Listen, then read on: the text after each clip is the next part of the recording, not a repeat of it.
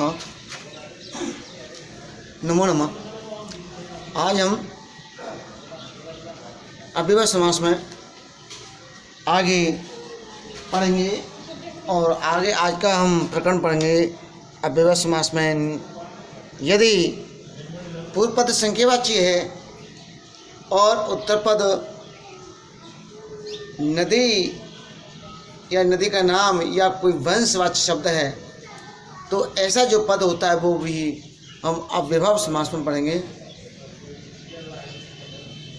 अब पहला पद होता है संख्यावाची और उत्तर पद होता है नदी का नाम या नदीवाचक शब्द या आपका वंशवाचक शब्द होता है, उसको हम सावधानी से पढ़ेंगे। अब हम पढ़ते हैं समस्त पद की पहचान। समस्त पद की पहचान क्या करेंगे? पहला जो पद होगा, पहले पद में आपका समस्त पद का पहला जो शब्द होगा तो वो अपना संख्यावाची शब्द होगा, यानी गिनती का कोई शब्द होगा। क्या बोलेंगे? समस्त पद का पहला जो शब्द है वो संख्यावाची शब्द होगा। और उत्तर पद है वो उत्तर पद में या तो नदी लिखी हुई होगी या नदी से संबंधित कोई शब्द होगा या कोई नदी का नाम होगा या कोई एक वंश होता है वो शब्द होगा। और वो अंत में वही माँ या ई या ओ की मात्रा होगी। तो ऐसा जो शब्द होता है वो हमारा अव्ययभाव समास का होता है। जैसे हम यहाँ पढ़ते हैं द्वियमुनम। क्या पढ़ा? द्वियमुनम पढ़ा। तो पहला पद क्या है? द्वि, दूसरा क्या है? यमुनम। अब यमुनम माँ हटा तो द्वि एक संख्यावाची शब्द है। द्वि क्या है? द्वि माने दो, संख्यावाची शब्द है। और ये यमन शब्द है, ये यमुन नहीं होता, माँ को उठाकर यमुन बचा, तो ये यमुना आ की मात्रा होती है इसमें। और समस्त पद करने के लिए उसको हे स्व में बदला जाता है। तो द्वि संख्यावाची दूसरा जो शब्द है वो यमुना नदी का नाम है, इसलिए ये शब्द होता है हमारा अव्ययभाव समास। परंतु अधिकांशतः इसको हम भूलवश क्या पढ़ लेते हैं, संख्यावाची शब्द को देख करके कह देते हैं ये द्विगु समास का उदाहरण है। परंतु ये द्विगु समास का नहीं है। संख्यावाची के बाद में यदि कोई नदी या नदी का नाम आता है तो वो अपना शब्द अव्ययभाव समास का होता है। इसी तरीक़ा से बना पंजाबदम, जिसको हम पंजाब कहते हैं, अपना पड़ोसी राज्य है पंजाब, उसके बारे में कहा जाता है पंजाबदम। अब यहाँ पंज जो है, पंज का मतलब पंच शब्द से बना है। अब ये पंच संख्यावाची शब्द है। अब्द आया है नदी के लिए। अब अब्द किसके लिए आया है? नदी के लिए। तो पहला पद संख्यावाची, दूसरा यह नदी या नदी का नाम होता है, तो वो भी अव्ययभाव समास का उदाहरण माना जाता है। अगला है सप्तगंगम। सप्त एक संख्यावाची है। ये गंग माँ को उठा तो गंग शब्द नहीं होता, ये आकी मत लगा दो लास्ट में, गंगा होता है। गंगा एक नदी का नाम है। पहला पद संख्यावाची, उत्तर पद कोई नदी का नाम, तो वो पद हमारा बनता है अव्ययभाव समास। ऐसे ही पंच गोदावरी लिखा।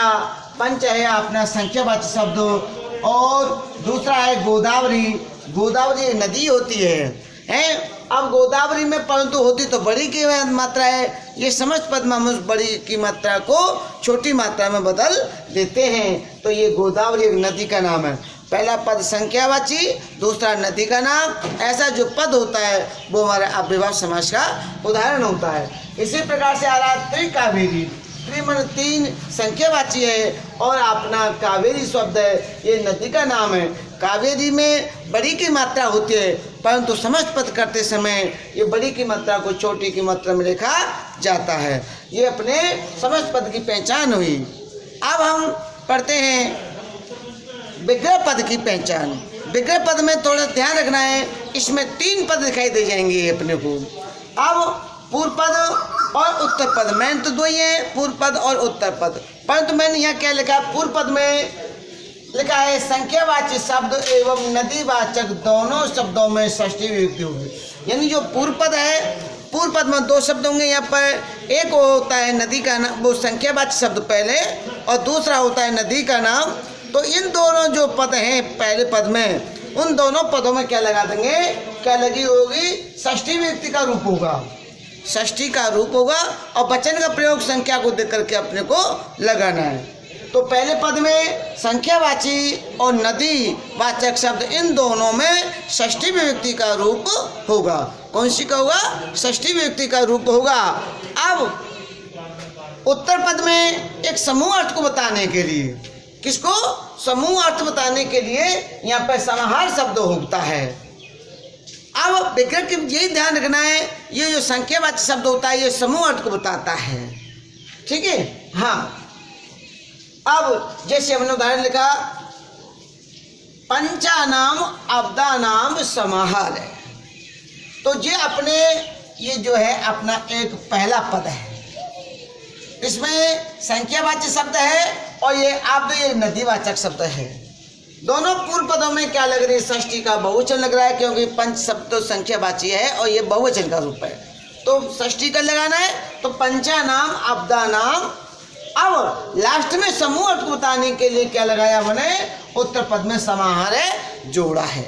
तो विग्रह की क्या पहचान होती है, दोनों जो मूल पद होते हैं उनमें आपको षष्ठी विभक्ति लगानी है और उत्तर पद में क्या जोड़ना है, समाहार शब्द जोड़ना है समूह अर्थ को बताने के लिए। ऐसा पद होता है नदीवाचक, संख्यावाचक और नदीवाचक में दोनों में षष्ठी हो और बाद में समाहार हो, परंतु ऐसा समाहार तो द्विगु में भी होता है, परंतु वहाँ द्विगु के लिए ध्यान करना है कि यहाँ पे जो संख्यावाचक शब्द के बाद में नदीवाचक शब्द नहीं होगा। द्विगु समास में संख्यावाची शब्द के साथ में नदीवाचक या वंशवाचक शब्द नहीं होगा, इसलिए यहाँ पर अव्ययभाव समास का उदाहरण माना जाता है। अब दूसरा उदाहरण, द्वयो यमुनयो समाहार है। द्वयो संख्यावाची, यमुनयो यमुना नदी का नाम, दोनों में षष्ठी व्यक्ति का और द्विवचन का प्रयोग इसलिए किया क्योंकि ये एक द्विवचन के लिए कहा जाता है। षष्ठी का द्विवचन इस तरीका से इनके दोनों रूप बनते हैं, समारे समूह अर्थ में आता है। तीसरे नाम कावेरी नाम समारे, तीसरे नाम स्त्रीलिंग का बहुवचन है, षष्ठी का तीसरे मान 3 होता है।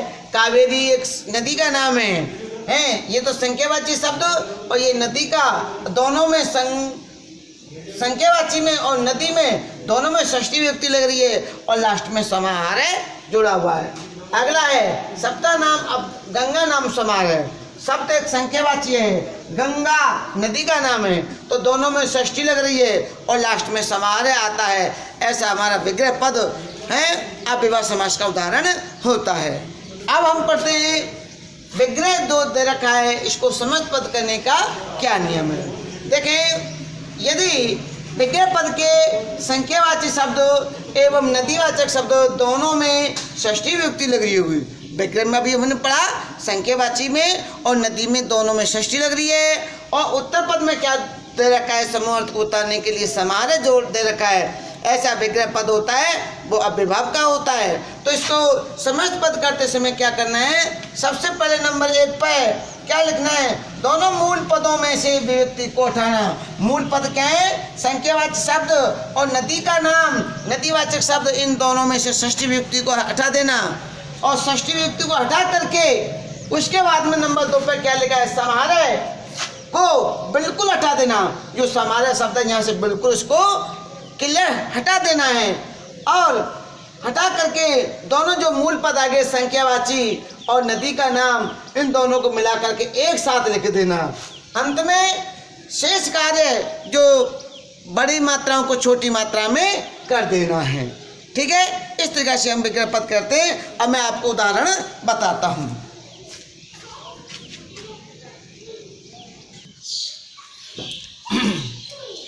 हाँ, अब उनका हम जो विग्रह पद रखे थे उन विग्रह पदों को हम समस्त पद करेंगे, जोड़ेंगे।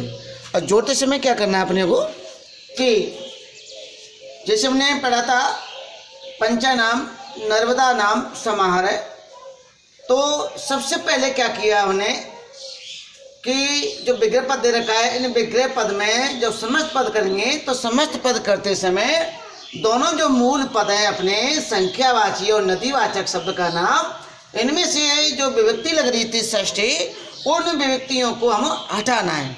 तो पंचानाम में से विभक्ति हटा दिया, आना हटा दिया, तो क्या बचा, पंच बचा, और नर्मदा नाम में से इसको उठा दिया तो नर्मदा बचा।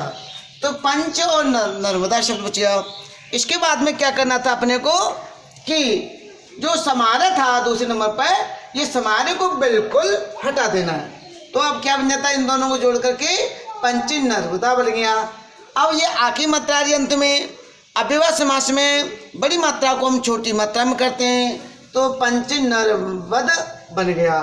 अब ये छोटिया की मात्रा की, छोटिया की मात्रा के अंत में क्या लगा देते हैं, हम मा लगाते हैं, तो पंच नर्वदम बन जाता है। इसी तरीका से दूसरा शब्द है तिसरी नाम कावेरी नाम समाहार है। तिसरी नाम नदी संख्यावाची है, कावेरी नाम नदी का नाम है, लास्ट में समाहार लग रहा है। तो विग्रह को समस्त पद करते समय दोनों जो मूल पद है उनमें से व्यक्ति उठाना है। तो तिसरी नाम को त्रि बचता है, कावेरी नाम में नाम हटाते कावेरी बचता है। और उत्तर पद में जो समाहार दे रखा है उसको बिल्कुल हटा देना है, बिल्कुल हटा दिया। अब दोनों पदों को जोड़कर लिखना त्रि कावेरी। कावेरी में बड़ी की मात्रा आ रही है, अव्ययभाव समास में इसको छोटी मात्रा में बदलते हैं, छोटी मात्रा में बदलते हैं। अब इसके बाद में ये छोटी की मात्रा हुई कावेरी। अब इसीलिए आगे चलता हूँ। द्वयो यमुनयो समारे, पहला द्वि संख्यावाची शब्द, इसके बाद में यमुना नदी का नाम है, दोनों में से व्यक्ति उठाया था, द्वि यमुना बच गया, और आगे समारा बिल्कुल हटा दिया। तो द्वि यमुना आ की मात्रा आई, अव्ययभाव समास में आ की मात्रा छोटी आ की मात्रा में किया, और लास्ट में माँ जोड़ दिया।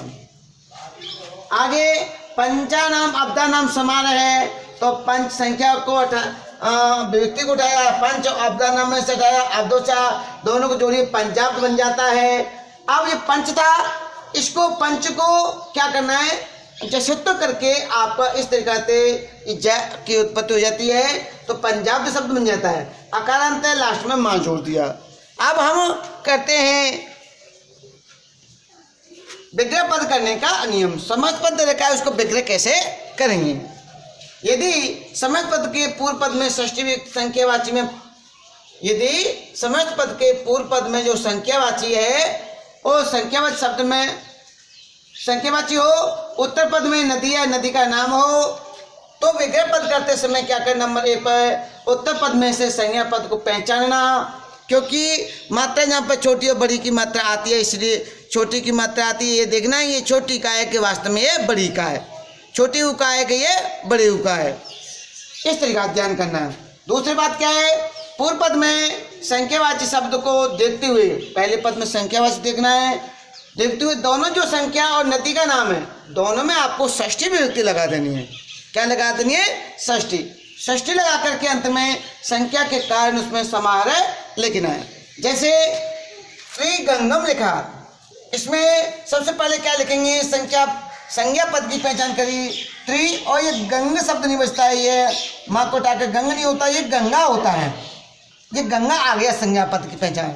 अब त्रिसंख्यावाची है और ये गंगा नदी का नाम है, दोनों में षष्ठी का लगा देंगे, दोनों स्त्रीलिंग का है तो इसको स्त्रीलिंग बनाएंगे, तिसरी नाम गंगा नाम, और लास्ट में संख्या को देकर के लास्ट में क्या जोड़ना है, समूह अर्थ को उतारने के लिए समाहार जोड़ना है। ऐसे ही पंच कावेरी में शब्द की पहचान करेंगे। यहाँ कावेरी छोटी की मात्रा आ रही है, परंतु मूल जो संज्ञा पद की पहचान करेंगे तो कावेरी बड़ी की मात्रा होती है। पंच एक नदी का संख्या नाम, संख्यावाची शब्द है, ये नदी का नाम है कावेरी, दोनों में संख्या के कारण षष्ठी का लगाया, पंचा नाम कावेरी नाम, लास्ट में समाहार शब्द जोड़ा। इस तरीका से हम विग्रह पद करेंगे। ठीक है, अब जो मैंने आपको विग्रह जितने भी दे रखे, समस्त दे रखे, समस्त को तो विग्रह करना है और विग्रह को समस्त पद करना है, ये आपको मैं होमवर्क दे रहा हूँ।